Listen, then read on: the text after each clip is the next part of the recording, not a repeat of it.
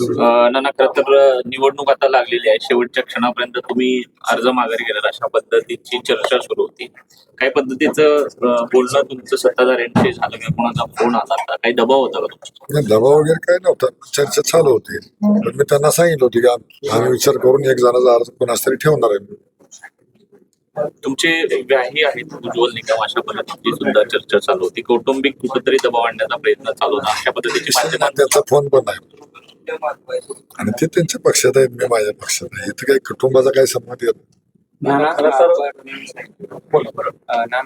तुमचे 4 आमदार आहेत. 4 आमदारांपैकी तुम्ही कोणाशी संपर्क साधला नाही, उमेदवारी दाखल करता असं म्हणतात. उमेदवारी दाखल करताना अचानक पक्षानं वरून एबी फॉर्म पाठवले आणि मला अध्यक्षांचा फोन आला की मला एबी फॉर्म पाठवलाय आणि तुम्ही उमेदवारी दाखल करा आदल्या दिवशी, शेवटच्या दिवशी. ते एक दिवस कागदपत्र गोळा करणं सगळे ह्यात कुणाला संपर्क साधणार?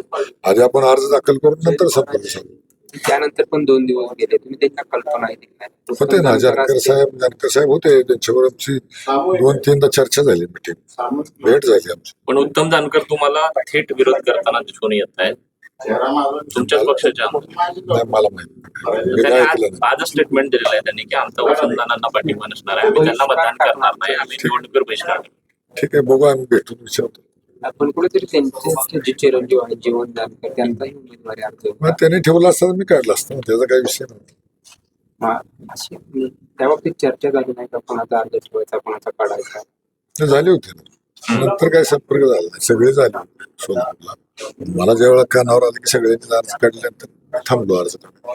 नाना, भाजपकडून काही संपर्क झाला होता अर्ज माघारी घेण्यासाठी? चालतंय, काय सगळेच मित्र आहेत माझे, बरेच आमदार आहेत, सगळ्यांनी मला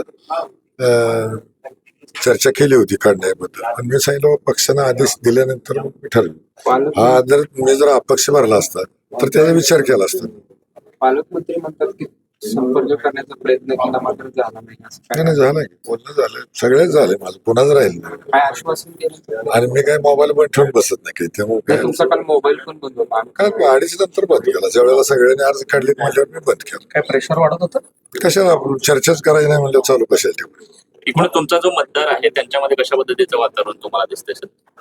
आता गेल्याशिवाय काय कळणार? मी आता सुरुवात केली, आजच सुरुवात केली. पालकमंत्र्यांसोबत काय चर्चा झाली होती? काय त्यांनी काय आश्वासन काय? त्याला आश्वासन वगैरे नाही, बिनविरोध करूया आपण, तुम्ही सहकार्य करा म्हणले होते. पण मी त्यांना सांगितलं होतं की आपण पक्षाच्या वतीने भरलेला आहे, त्यामुळे मला काही काढायचा अधिकार नाही.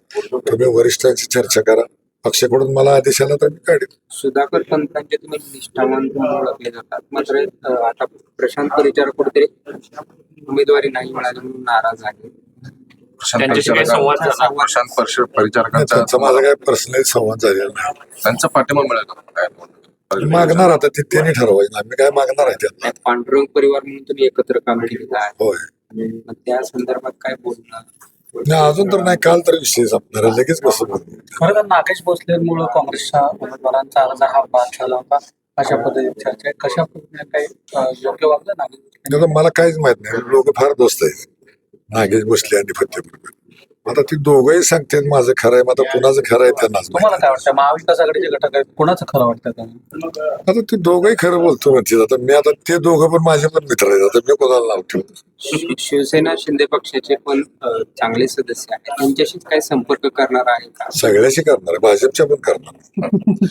ते मतदार आहे, त्यांना मत मागणं काम आहे माझं उभं राहिलं. पालकमंत्री काय म्हणलं की आमच्याकडे टोटल 616 मतदार आहेत, 16 देखील मतदान पडतील का? असं काही 616 पण त्यांचे आहेत, पण आम्ही मत मागतो ना, किंवा त्यांच्याकडे आहेत म्हणून मत मागायचं असं आहे का?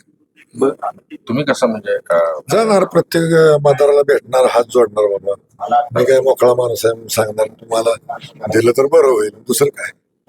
भगीरथ बाटकींना पण तुम्ही भेटणार आहात का? त्यांची मतदार आहे त्यांना भेटणारच की. त्यांचे भाऊ आहेत, त्यांचे मंडळी आहेत, त्यांना भेटणार दोघांना. मतदाराला भेटलंच पाहिजे. म्हणजे पंढरपूर समीकरण चांगलं असं वाटतं. बघूया, आता प्रयत्न करायचा आमचं काम. निकाल काय अपेक्षित आहे? मग आज कसं सांगणार निकाल? आता पालकमंत्र्यांनी सांगितलंय का, तुम्हाला कसं काय विचार? मी काय त्यांच्या एवढा मोठा नाही निकाल सांगायला, फार लहान माणूस आहे, मी जिल्हा परिषद सदस्य आमदार राहिला. एवढ्या मोठ्या माणसाला मी क्रॉस करू शकेन?